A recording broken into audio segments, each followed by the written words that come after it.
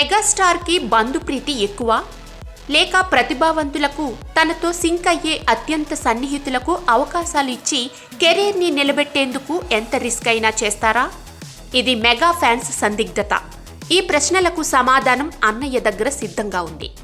తాజాగా megastar activities చూస్తుంటే ఆయనకు బంధుప్రీతి ఎక్కువేనని, సన్నిహితులను అసలు వదులుకునే ఆలోచన చేయరని కూడా ప్రూఫ్ అవుతోంది. అందుకు ఓ 2 ఎగ్జాంపుల్స్ని గుర్తు చేస్తున్నారు. నిన్న మొన్నటి వరకు సాహో ఫేమ్ సుజిత్ దర్శకుడిగా లూసిఫర్ని రీమేక్ చేస్తారన్న కథనాలొచ్చాయి. కానీ ఇంతలోనే సడన్గా దర్శకుడు మారారు. ఈ రీమేక్కి వివి వినాయక్ దర్శకత్వం వహిస్తారని టాక్ వినిపిస్తోంది. సొంత తమ్ముడి కంటే ఎక్కువగా వినాయక్ని అభిమానిస్తారు చిరు. ఖైదీ నంబర్ 150 చిత్రంతో తనని రీలాంచ్ చేసినదే తమ్ముడు వినాయక్ కాబట్టి ఆ అభిమానం వర్కౌట్ అయిందనే భావించవచ్చు. అందుకే వరుస ఫ్లాపుల్లో ఉన్న ఇప్పుడు వినాయక్కి లూసిఫర్ రీమేక్ ఆఫర్ దక్కిందన్న వాదన వినిపిస్తోంది. ఇదిలా ఉండగానే వరుస డిజాస్టర్లతో అసలు కెరీర్ పరంగా రేసులోనే లేకుండా వెనుకబడిన మెహర్ రమేష్కి చిరంజీవి ఓ ఆఫర్ ఇచ్చారట. అన్నయ్య స్వయంగానే ఓ వేదికపై మెహర్తో సినిమా చేస్తానని ప్రకటించగా అందరిలో అదే సందేహం. ఈ 2 ఎగ్జాంపుల్స్తో అన్నయ్య తన తమ్ముళ్లను అసలు వదులుకోరని, బంధుప్రీతి కూడా అధికమేనని ప్రూఫ్ అయినట్టే. ఇంజనీరింగ్ కాలేజీల్లో జూనియర్ల పట్ల సీనియర్ విద్యార్థులు ఎలా ర్యాగింగ్ చేస్తారో చూస్తూనే ఉంటాం. అన్ని రకాల కాలేజీల్లోనూ ర్యాగింగ్లుంటాయి. కానీ ఇంజనీరింగ్ కాలేజీల్లో ర్యాగింగ్లు మాత్రం ప్రత్యేకమనే అనాలి. ఎందుకంటే ఇంజనీరింగ్ కాలేజీ ర్యాగింగ్లు ఆరోగ్యకరమైన వాతావరణంలో ఉండవు. వేడిని, వివాదాలు పుట్టించేలా ఉంటాయి. అలాంటి ఉదాహరణలెన్నో ఉన్నాయి. ర్యాగింగ్లను తాళలేక ఆత్మహత్యలకు పాల్పడ్డ విద్యార్థినులు ఎంతో మంది ఉన్నారు. మరి ఇలాంటి ర్యాగింగ్లు కేవలం కాలేజీలకే పరిమితమా? టాలీవుడ్ ఇండస్ట్రీలో కూడా పతాక స్థాయిలో ఉంటాయా? జూనియర్ కమేడియన్లను సీనియర్ కమేడియన్లు సి గ్రేడ్ ఆర్టిస్టులుగా చూస్తారా అంటే అవునని అంటున్నారు కొంతమంది సీనియర్ పాత్రికేయులు. పరిశ్రమకు కొత్తగా వచ్చే ఆర్టిస్టులను, కమేడియన్లను సీనియర్లు చాలా చిన్నచూపు చూస్తుంటారట. ఆన్ సెట్స్లో ర్యాగింగ్లకు పాల్పడుతుంటారట. ముఖ్యంగా కాంబినేషన్ సన్నివేశాలున్నప్పుడు సీన్ పూర్తి చేయకుండా ఇబ్బందులకు గురిచేస్తుంటారట. డైలాగులు చెప్పేటప్పుడు, ఎక్స్ప్రెషన్స్ ఇచ్చేటప్పుడు తికమక పెట్టే ప్రయత్నాలు విపరీతంగా చేస్తుంటారట. అరే వచ్చాడ్రా ఇండస్ట్రీకి ఉద్ధరిద్దామని హేళన చేసే మాటలతో మానసిక క్షోభకు గురి చేస్తారట. ఈ విధంగా టాలీవుడ్ ఇండస్ట్రీలో కొన్ని దశాబ్దాలుగా ఉందని అంటున్నారు. అది చెన్నైలో పరిశ్రమ ఉన్నప్పుడు ఈ రకమైన ఒరవడి ఎక్కువగా ఉండేదన్నారు. ఈ నేపథ్యంలో దివంగత నటుడు ఏవిఎస్ కమేడియన్గా బిజీ అవుతోన్న సమయంలో ఆయన్ని కొంతమంది సీనియర్స్ ఎన్నో ఇబ్బందులకు గురి చేసినట్లు తెలిపారు. కోటా శ్రీనివాసరావు, బాబు మోహన్ హవా నడుస్తోన్న సమయంలో ఏవిఎస్ వాళ్లతో బాగా ఇబ్బంది పడేవారని అన్నారు. తను అనుభవాలన్నీ ఏవిఎస్ కొంతమంది అప్పటి పాత్రికేయులతో చెప్పుకొని వాపోయేవారని, పరిశ్రమ నుంచి వెళ్లిపోవాలని ఉన్న కళామ తల్లిని వదిలి వెళ్లలేక అన్ని బాధలు పడి నిలదొక్కునే ప్రయత్నం చేసినట్లు చెప్పారు. ఏవిఎస్ బేసిక్గా జర్నలిస్ట్ అట. సినిమా జర్నలిజంలో ఉంటూనే నటుడిగా టర్న్ తీసుకున్నారు. ఇలా చాలా మంది జూనియర్ కమేడియన్లు సీనియర్ చేతుల్లో ర్యాగింగ్కు గురయ్యారని, ఆ కథలను రాస్తే పెద్ద పుస్తకమే అవుతుందని అభిప్రాయపడ్డారు. నేటికి ఆ పరిస్థితి పరిశ్రమలో కొనసాగుతుంది. అయితే మరీ అంత దారుణమైన పరిస్థితి అయితే లేదు. ఎందుకంటే ఇప్పుడంతా కేవలం టాలెంట్ అనే ట్రెండ్ నడుస్తోంది. రోజుకి లక్షలు పారితోషికం చెల్లించడం కన్నా తక్కువ పారితోషికంలో ఓ కొత్త కమేడియన్, ది బెస్ట్ పెర్ఫార్మెన్స్ ఇచ్చేవాళ్లు దొరుకుతున్నారు. కాబట్టి సీనియర్లు అయిన అలీ, బ్రహ్మానందం లాంటి వాళ్లను నవతరం దర్శకులు పక్కన పెడుతోన్న సంగతి తెలిసిందే. తెలుగులో ఎక్స్పోజ్కు రెడీ అంటోన్న గెహానా వశిష్ఠ్ పలు తెలుగు చిత్రాల్లో ఐటెం గర్ల్గా నటించింది ఈ హాట్ బ్యూటీ. క్వారంటైన్లో మరింత కాక రేపుతోంది.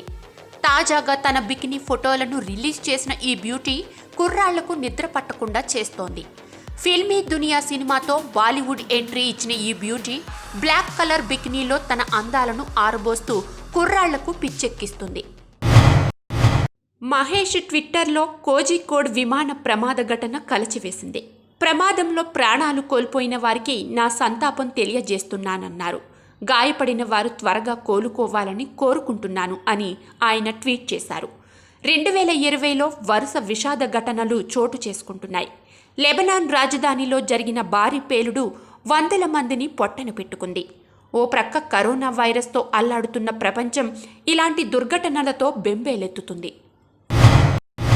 ఎన్టీఆర్ ఫ్యాన్స్కి 2021లో డబుల్ ధమాకా ఇద్దామనుకున్నారు. ఈ ఏడాది RRR మరియు త్రివిక్రమ్తో ప్రకటించిన తన 30వ చిత్ర షూటింగ్స్లో ఏకకాలం పూర్తి చేయాలనేది ఆయన ఆలోచన. ఏప్రిల్ నుండి త్రివిక్రమ్ మూవీ కూడా సెట్స్ పైకి వెళ్లేది. అయితే కరోనా వ్యాప్తి, దాని వలన ఏర్పడిన లాక్డౌన్ ఎన్టీఆర్ ప్రణాళికలను తారుమారు చేశాయి. దీంతో NTR Trivikram movie shooting RRR పూర్తి అయిన తరువాతే అని తెలుస్తుంది. మిగిలిన 30% RRR షూటింగ్ కంప్లీట్ చేయడానికి చాలా సమయం పట్టేలా ఉంది. దీంతో ఎన్టీఆర్ త్రివిక్రమ్ మూవీ 2021 సమ్మర్లో సెట్స్ పైకి వెళ్లే సూచనలు ఉన్నాయి. కాబట్టి ఈ చిత్ర టార్గెట్ 2022 సంక్రాంతి అని తెలుస్తుంది. RRR షూటింగ్కి బ్రేక్ పడి 4 నెలలు దాటిపోయింది. అంతకంతకు దేశంలో పెరిగిపోతున్న కరోనా ఎప్పుడు తగ్గుముఖం పడుతుందో అర్థం కావడం లేదు. మరోవైపు షూటింగ్ పూర్తి చేయాలన్న టెన్షన్ రాజమౌళిలో ఎక్కువైపోయింది. అందుకే ఆయన షూటింగ్ మొదలు పెట్టడానికి అందుబాటులో ఉన్న అన్ని మార్గాలను వెతుకుతున్నారు. కాగా RRR షూటింగ్ విదేశాలలో చేసే ఆలోచనలో రాజమౌళి ఉన్నట్లు తెలుస్తుంది. నిన్న అక్షయ్ కుమార్ తన latest movie bell bottom shooting కొరకు లండన్ వెళ్లారు. అలాగే RRR షూటింగ్ సైతం విదేశాలలో చేయాలని రాజమౌళి భావిస్తున్నారట. కాగా రాజమౌళితో పాటు ఆయన కుటుంబ సభ్యులు ఇటీవల కరోనా బారిన పడిన సంగతి తెలిసిందే. ఆయన పూర్తిగా వైరస్ నుండి కోలుకున్నాక దీనిపై నిర్ణయం తీసుకునే అవకాశం కలదు. మరోవైపు ఎన్టీఆర్, చరణ్ సైతం షూటింగ్లో పాల్గొనాలని ఉత్సాహంగా ఉన్నారు. అయోధ్యలో వందలాది ఎకరాల్లో శ్రీరాముని ఆలయాన్ని అత్యంత ఆకర్షణీయంగా నిర్మించేందుకు భూమి పూజ చేసిన సంగతి తెలిసిందే. ఆగస్టు 5న ప్రధాని నరేంద్ర మోదీ చేతుల మీదుగా ఘనంగా ఈ ప్రారంభోత్సవ వేడుక జరిగింది. అనంతరం దేశవ్యాప్తంగా రామ భక్తుల్లో ఆనందం వెల్లివిరిసింది. హిందూ జన్మభూమి పూజోత్సవాలతో హోరెత్తింది. రామాలయ నిర్మాణానికి ప్రతి భక్తుడు ఇచ్చిన విరాళాన్ని మాత్రమే ఖర్చు చేస్తున్నామని ధర్మకర్తలు చెబుతున్నారు. తాజా సమాచారం ప్రకారం బాలీవుడ్ స్టార్ హీరో షారుఖ్ ఖాన్ అయోధ్య ట్రస్టుకు 5 కోట్ల రూపాయలు విరాళంగా ఇచ్చారని పెద్ద ప్రచారం జరుగుతోంది. అయితే కింగ్ ఖాన్ రెడ్ చిల్లీస్కి సంబంధించిన ఓ సీనియర్ మేనేజర్ ఈ గాసిప్ను ఖండించారు. కొద్ది రోజులుగా సాగుతున్న ఈ ప్రచారంలో నిజం లేదని ఆయన అన్నారు. బుల్లితెరపై వచ్చే ఎంటర్టైన్మెంట్ షోల్లో డబుల్ మీనింగ్ డైలాగ్స్ అనేవి చాలా కామన్ అయిపోయాయి. అయితే అందులోనూ జబర్దస్త్ షో అంటేనే అది. ఇక ఒకరికి మించి మరొకరు రెచ్చిపోయి మరీ సెటైర్స్, కౌంటర్స్ వేస్తుంటారు. ఇలా నిత్యం ఎవరినో ఒకరిని టార్గెట్ చేస్తూనే ఉంటారు. అలా టార్గెట్ అయ్యి సుడిగాలి సుధీర్ మీద మోస్ట్ రొమాంటిక్ అని, అమ్మాయిలంటే పిచ్చి అనే ముద్ర వేసేశారు. యాంకర్ రవి, శేఖర్ మాస్టర్ వంటి వారిపైన ఇలాంటి సెటైర్సే వేస్తుంటారు. తాజాగా జబర్దస్త్ షోకు సంబంధించిన ప్రోమో తెగ వైరల్ అవుతోంది. అందులో హైపర్ ఆది శేఖర్ మాస్టర్ను ఓ రేంజ్లో ఆడుకున్నాడు. వరుసగా పంచెలు, కౌంటర్లు వేస్తూనే వచ్చాడు. ఒకానొక దశలో వాటిని వింటే అవి నిజమేనేమోననే సందేహం కలుగుతుంది. శేఖర్ మాస్టర్ నిజంగా అలాంటి వాడేనా? అమ్మాయిల పిచ్చి ఉందా అనే అనుకునేంతగా శేఖర్ మాస్టర్పై కౌంటర్లు వేస్తూనే ఉన్నాడు. ఇంతకీ హైపర్ ఆది ఏమన్నాడో ఓసారి చూద్దాం. హైపర్ ఆది తన స్కిట్స్ లో భాగంగా కొత్త అమ్మాయిలను తీసుకొచ్చే అలవాటుందన్న సంగతి తెలిసిందే. ఈ క్రమంలో మరో కొత్త అమ్మాయిను పరిచయం చేశాడు. స్కిట్ లో భాగంగా ఆమె ఎంట్రీ ఇచ్చి, ఏమండి ఆ ఇద్దరిని చూసారా? ఆయన దగ్గర ఆట ఉంది, ఈయన దగ్గర పాట ఉంది, ఓ సెటైర్ వేస్తుంది. ఇక వెంటనే హైపర్ ఆది అందుకొని, ఏమే మొగుడు మల్లెపూలు చేతికి చుట్టుకొని రెడీగా ఉంటే ఆయన దగ్గర ఆట ఉంది, ఈయన దగ్గర పాట ఉంది అంటావా? మరి నా దగ్గర ఏం లేదనా అంటూ డబుల్ మీనింగ్ డైలాగ్ కొట్టాడు. పరాయి పురుషుని చూస్తే మీకు జెలసీ అని మళ్ళీ ఆ అమ్మాయి అనడంతో, పరపురుషుడు అయితే ఓకేనే, అక్కడ ఉన్నది శేఖర్ మాస్టర్. పురుషులందు ఆ పురుషుడు వేరయ్యా, విశ్వదాభిరామ ఆయన కన్ను పడిందంటే నువ్వు సేఫ్ కాదే బామా అంటూ మరో కౌంటర్ వేశాడు. ఈ అందం అంతా అడవి కాచిన వెన్నెల కావాల్సిందేనా అని అంటూ ఆ మహిళ మరో డైలాగ్ చెప్పడంతో, నువ్వు అలాంటి హింట్లు ఇవ్వకు, అక్కడ ఆయన కాచుకొని కూర్చున్నాడు అంటూ శేఖర్ మాస్టర్ని ఓ ఆట ఆడుకున్నాడు హైపర్ ఆది. జాంబీ జోనర్ అంటేనే మనకు కొత్త. చనిపోయిన మనిషి తిరిగి వైరస్ రూపంలో జీవించి ఉండడం, ఇతర మనుషుల్ని తినేయడం అనే కాన్సెప్టే వెరైటీ. సైన్స్ ఫిక్షన్ స్టోరీల్లోనే ఇది పరాకాష్ట అని చెప్పాలి. ల్యాబ్లో ప్రయోగం వికటిస్తే ఆ తర్వాత వైరస్ జాంబీ ఎలాంటి విలయం సృష్టించింది అన్నది ఈ సినిమాల కాన్సెప్ట్. ఈ కేటగిరీలో ఇంతకు ముందు రెసిడెంట్ ఈవిల్ సిరీస్లో 6-7 సినిమాలు వచ్చాయి. ఆ తర్వాత 2018వ సంవత్సరంలో వరల్డ్ వార్ జెడ్ ఈ కేటగిరీనే.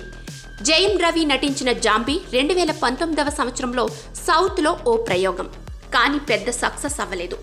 అందుకే ఇప్పుడు తెలుగులో మొట్టమొదటి జాంబీ మూవీ అంటూ ప్రయోగం మొదలెట్టిన ప్రశాంత్ వర్మ డేర్ని మెచ్చుకోకుండా ఉండలేం. తాజాగా ప్రశాంత్ వర్మ దర్శకత్వం వహించనున్న జాంబీ రెడ్డి టైటిల్ని లాంచ్ చేశారు. కరోనా కంటే ప్రమాదకరమైనది మన నుండి నరకాన్ని బయటకు తీయడానికి వస్తోంది అంటూ ఆసక్తిని పెంచారు. అతన్ని ఎదుర్కోవడానికి సిద్ధంగా ఉండండి. జాంబీ రెడ్డి తెలుగులో మొదటి జోంబీ చిత్రం అని చెబుతున్నారు.